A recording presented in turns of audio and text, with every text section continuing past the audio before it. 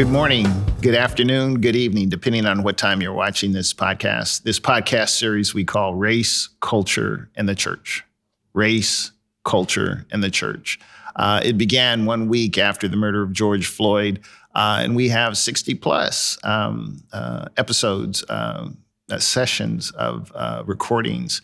And as I share, I try to do every time we have a recording, to set the stage, think of this as a Venn diagram with race, culture, and church as circles. And our desire is to hit all three. And but 2 out of 3 we always hit.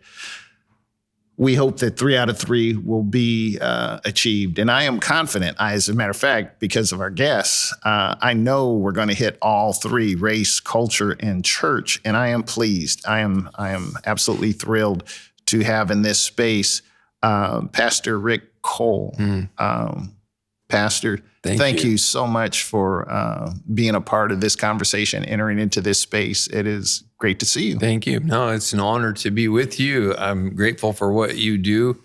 And that combination of issues, race, culture, and church, they all intersect so much. They do, whether we want to admit it or not. For sure. Yeah, they intersect. But you're someone who really doesn't need an introduction, but for that one person who doesn't know Pastor Rick Cole, you assumed pastorate of Capital Christian Center, a huge congregation on Highway 50 off Bradshaw, September of 1995. And you were the 10th pastor at Capital Christian. And you're a graduate of Bethany Bible College and got your master's from Southeastern University. 3 kids, 5 grandkids. Yeah. Probably a couple of puppies and a bird or 2 in there too. We don't have pets in our house, but our kids do. Oh, okay. Yeah. So that means you have pets because Dad, we're going on vacation. Can you watch Spot for us? We've resisted that temptation. Right. We've resisted that offer. It is just so awesome to read your arc of ministry. Were you born in California? No, I was actually born in the state of Ohio. Okay. My parents had met at Bible school in Missouri. My dad was from Washington State, my mom from Wisconsin, and then they met in Springfield, Missouri at Bible school. Okay. So they started ministry in Ohio, and that's where I was born. I was 2 when they moved to Washington State. So I grew up in Olympia, Washington. Okay.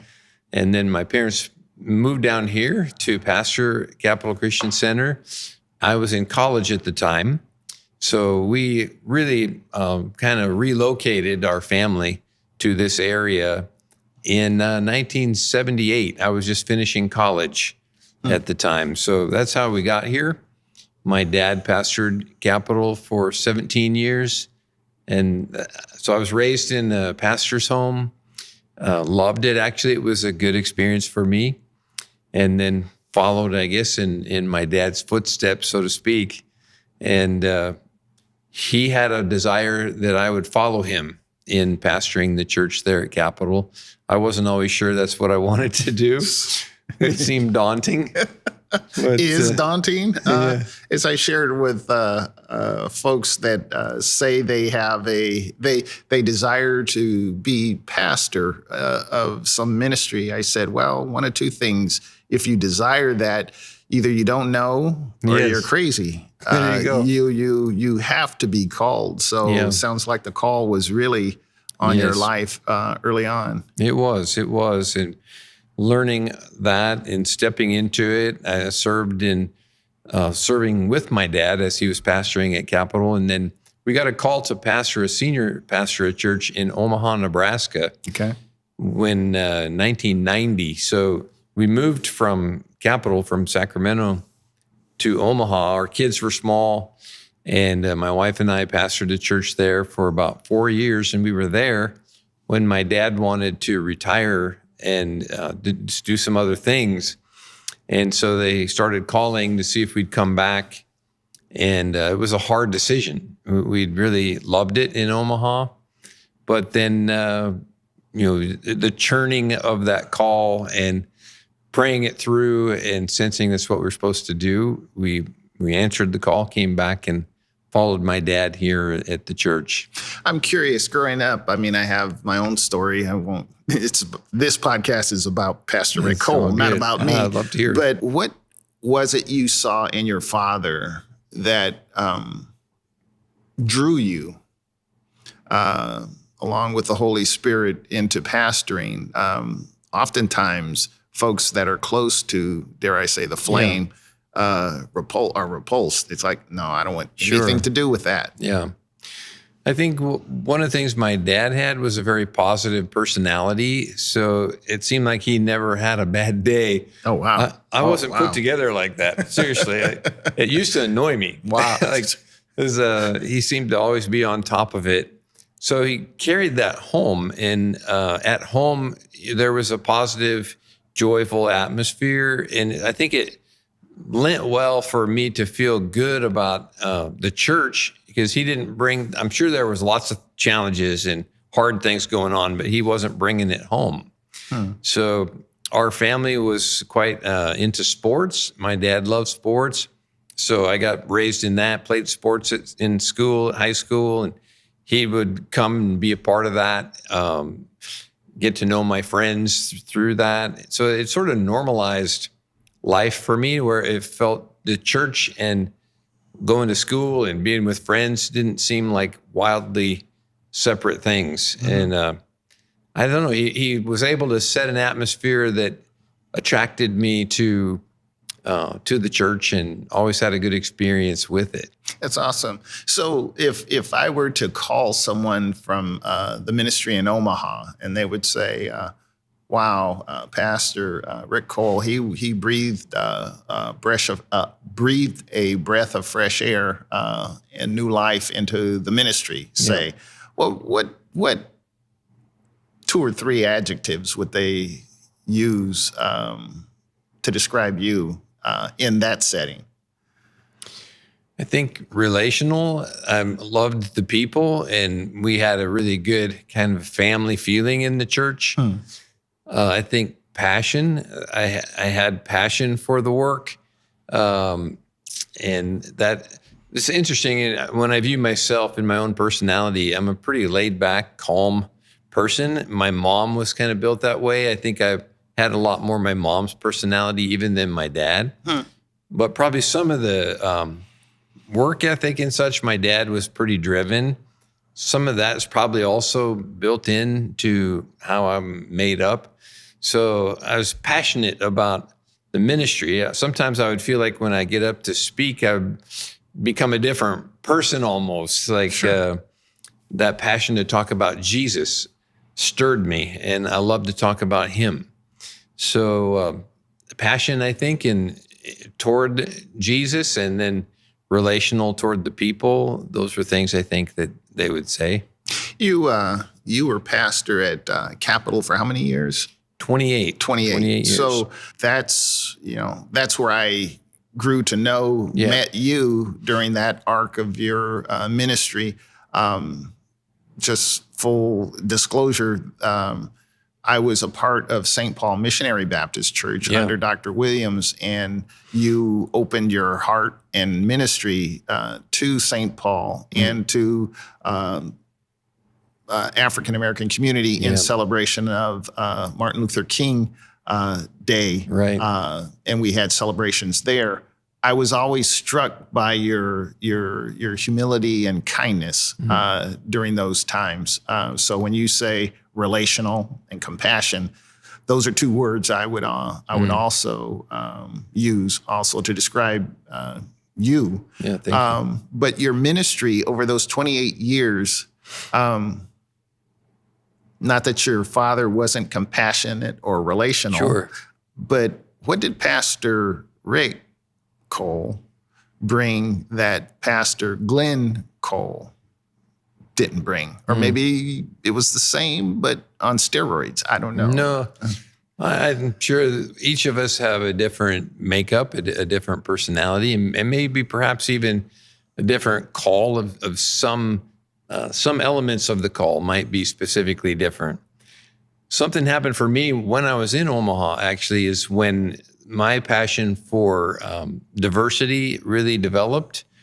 And I think I was raised in an environment that was really very traditional and very white. And in Omaha, there was a mixture of cultures there that was unique. And I developed a friendship with a pastor of a Black church, and we became friends. He was about my age. And through our friendship, we ended up doing a couple exchanges. Wow. He came and preached at our church. I went and preached at his. It started this desire for connecting across the racial lines. And it was actually a segregated town, Omaha. There was elements of the city where segregation was kind of a part of its history. But there was a desire to come together. And a professor at one of the universities nearby, the University of Nebraska in Lincoln, attended our church in Omaha. It was only about 45 minutes from Lincoln. And this professor was a professor of sociology, saw this desire that I had and was teaching in the sociology department about race relations, met with me and started teaching me about how to see the world differently. That if we can see the world through someone else's eyes, it can cause us to come together more. She gave me some books to read of Martin Luther King, letters from the Birmingham jail, other books about his work and ministry. And I started immersing myself into some of those works. And it was not something I think I purposefully decided I'm gonna go after this. It happened. It just developed. And I think it was God, calling me to what can I do to help bring about more understanding. And our church became more diverse there in Omaha. So when I came back to Sacramento, that had been planted, I think, in my heart. It might have been one of the reasons why he called us there to Omaha. 100%. Is to experience what I did and experience in that regard. So coming back to Sacramento, our church was more largely white, and yet this community is quite diverse, one of the most diverse cities in the country. Right. So I had that passion to what can we do here at Capitol to move toward seeing what we could do to bring people together.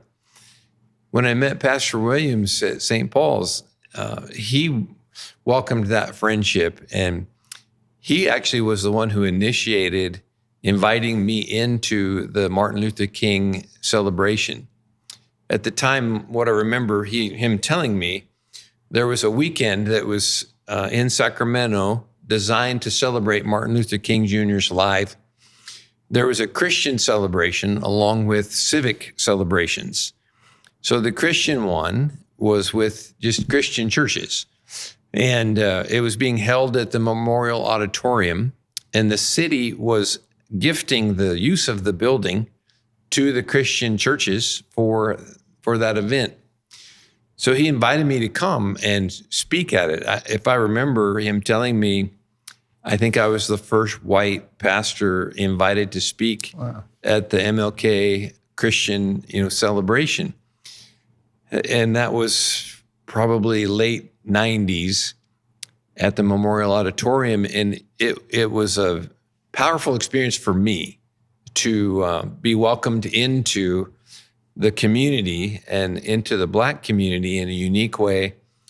And it felt natural. It was a weird thing I can't understand it still fully, but just the bond was immediate. The next year, the city had gone through some financial, challenges, whatever, and they decided not to gift the building to the MLK committee for that event. And so that's when Pastor Williams said, to me, would you be able to host it at your church? Because our auditorium was huge, large. Yeah. And so we're like, sure. So that's actually, he initiated it, invited me in. Then the next year there was a need for a place to hold it. And so we hosted the MLK Christian celebration for years. right after that, and it helped, I think, continue to bond my heart to others in the community. It's just I look at it as a God-ordained thing and not something that I set out to do or orchestrated at all.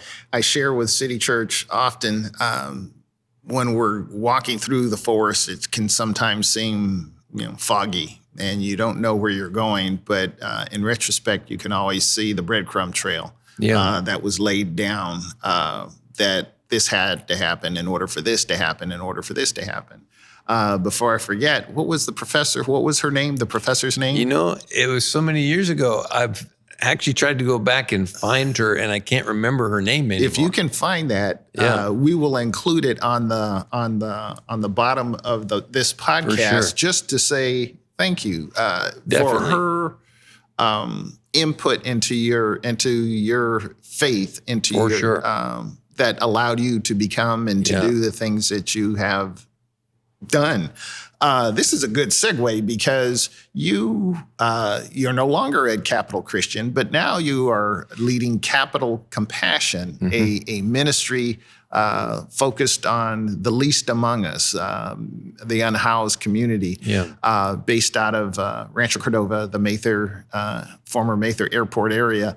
But you wrote two books, or you co-wrote two books, Soul Design, A Roadmap for Personal Growth, and Soul Design, Living a Life of Love. But a third book that you authored yourself, it's called Incarnate, Jesus Among the Broken. One of the things, I looked on Amazon, and I saw where they quoted you. You said, "On the streets, I found that I wasn't just wrong in various ways about broken people." But that captures broken people. That covers a lot of folks, including me. On the streets, I found that I wasn't just wrong in various ways about broken people. I was wrong in layers. That was in 2014 when you had this experience. I can kind of project now that I've heard more about Pastor Cole. But what is it you are getting that many professing Christians, let's just leave it at that, don't seem to get? It's interesting. I feel like it's another thing I've just been led into and didn't have a passion or a mission to go after.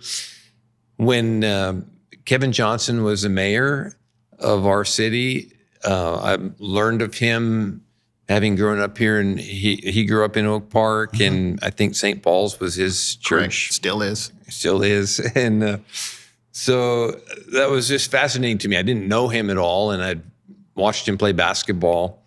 And I was studying for a Thanksgiving service, trying to see what are churches doing for homeless people. I just wondered. So I looked it up online, and it brought me to a story that the mayor, Kevin Johnson, put together a committee to address homelessness in town. And in the committee, he had 2 clergy seats on the committee, along with other health professionals and city hospitals, things like that. And so I noticed there was one open seat in the clergy category, and I just sent a message off, "Hey, if you're interested, I'd be open to it." And I got a quick response inviting me to fill the seat. Wow. The other clergy person that was there was Sherwood Carthen, and became such good friends with him, miss him like crazy. When he passed suddenly, it was a real heartbreak. But it brought us together around homelessness and just kind of fell into it. We started a program through that effort of having churches host homeless people during the winter season called Winter Sanctuary. We were a couple of years in when some of the funding ran out for the infrastructure. There was buses that would take the homeless from downtown to the churches, and the churches did everything else for free, but this infrastructure cost some, not a huge amount, but enough. Significant enough. Yeah, significant. So that funding ran out, and Mayor Johnson asked, could you see about raising funds for the infrastructure to keep this program going? Otherwise, we'll have to close it down.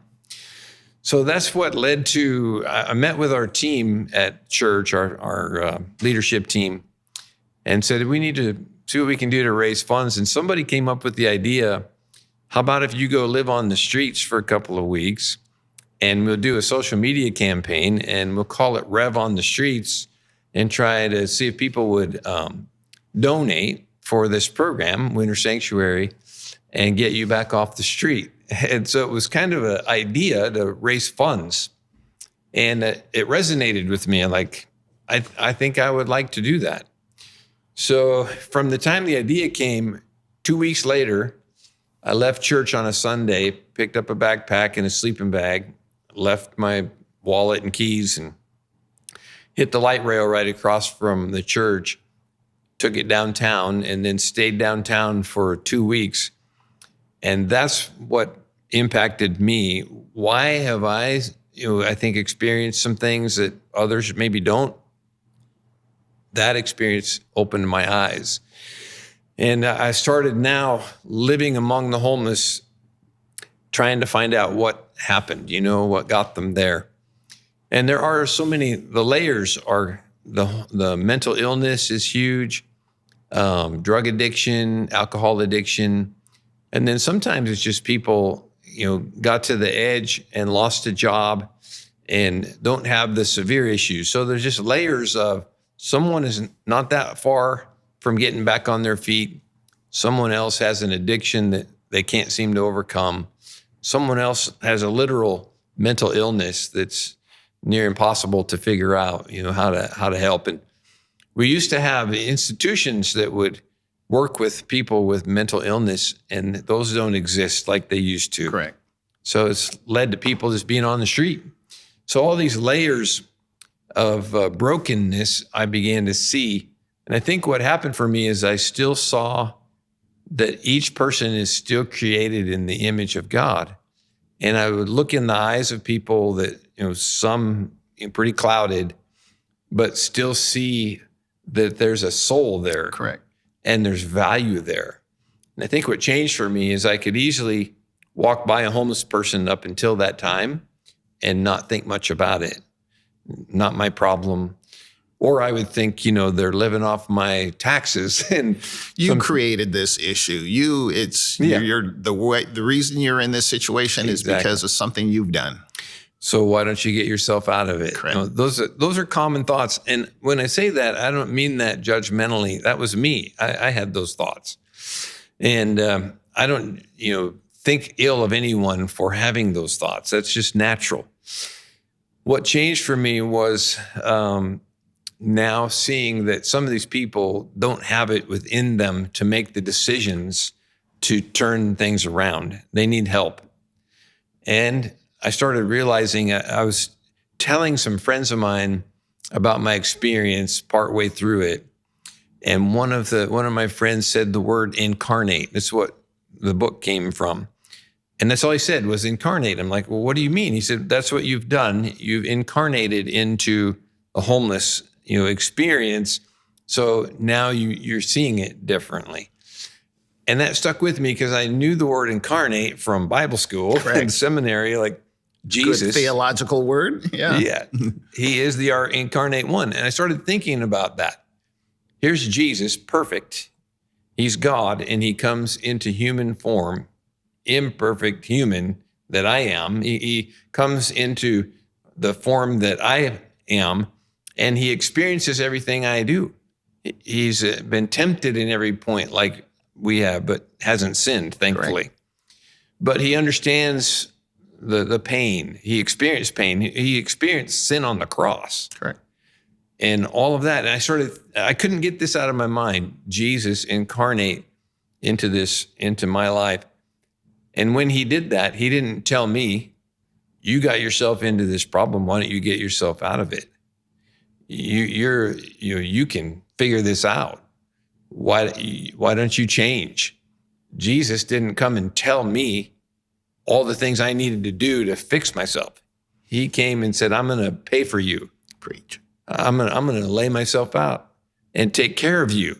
I'll do everything you can't do for yourself. And so now this thought is spinning in my mind. Then why am I telling other people you did this to yourself? Why don't you get yourself out of it? The great incarnate one, Jesus, doesn't do that for me. He doesn't do that for anyone.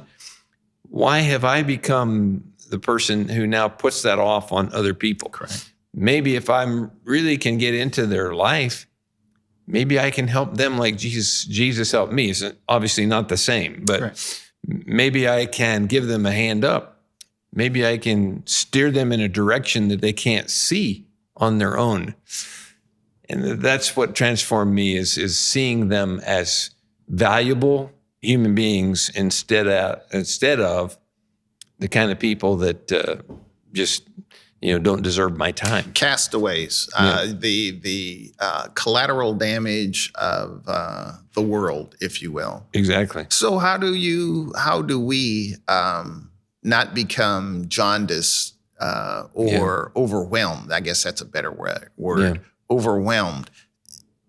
Other women and men have taken a run up that homeless, unhoused hill. Mm-hmm. And as we were sharing before we started our recording, the situation hasn't improved. No. So why and where are we going? Right. I don't have any ability to. Okay, podcast is over. Yeah. You don't have the answer. I know, right? How do you answer the big questions? I think what I do feel is instead of being overwhelmed by that insurmountable issue, like, this isn't getting any better, instead I'm stepping back from it and saying, but what can I do for one? Where can I start? Instead of I'm paralyzed sometimes because of how big the problem is, don't know what to do. Instead of that, what can I do with what's in front of me? Was there something I could do today? Is there something I could do next week? Is there a way I can help one? And I think of, there's the old starfish story of a person walking on the beach, all these starfish washed up, starts tossing one in the ocean, it saves it. And there's so many, you can't save them all. And somebody's like, you can't save all these starfish. Picks one up, throws one in, but I saved that one. Correct. So I think that's where I've come to is who can I help? Is there one that might turn into 2 or 10 or 20 or who knows where that goes from here? And if there's more of us on the beach stepping into the life of a broken person, helping that one, who knows what kind of miracles can happen? See, and as you say that, I'm reminded that in our attempt, in our zeal to transform others, we are being transformed Completely. And so in that, which you've unpacked so well, I just so appreciate your heart and your story, that in the mutual transformation that's taking place, be it unhoused, be it with race or culture, then the body of Christ, that's that third circle, the body of Christ then gets fully lived out in a way that others will see and are drawn to. Otherwise, it becomes religious pursuits, not transformation in the truest sense. And I think, let me go out on a limb, theologically or otherwise, that's where we're at. That is the Reverend Dr. Martin Luther King. I believe he quoted someone else when he said the most segregated time in America is 10 o'clock on Sunday morning. Right, yeah. Not only will I say things haven't changed much, they've probably gotten worse. Yeah. And so as that gets lived out, then our perspective on whatever how do we get the starfish? How do we even have a mind to want to pick up starfish and toss them back into the ocean so that they thrive and live on a human level and more importantly, on a spiritual level? Yeah. Sometimes part of my prayer is as we talk together here, you and I have, I think, a heart that's very similar. Like we've synergized in just a brief time that we've been able to connect up. Even recently, I feel like there's a growing synergy. Correct. And I think sometimes if those listening can just catch a little glimpse of some other way of looking at the world, maybe it changes for that person. And we see someone that we decide to help instead of walk past the next time we see them. And I don't feel motivated to help everyone I run into. That's not what this is about. Sometimes it's following the prompts of the Holy Spirit, and he leads us to, like, I feel kind of drawn to talk to that person or help that person, and just see where that goes. It just opens up possibilities instead of having just an absolute, blockage to, I don't feel like I should step into that. Correct. So if we can open that door a little bit, then I feel like that's what we're here for. You mentioned how even the race issues have gotten worse. When you started this podcast effort after George Floyd's murder, it felt hopeful to me at the time. There were movements going on of like, maybe this is a time to make progress.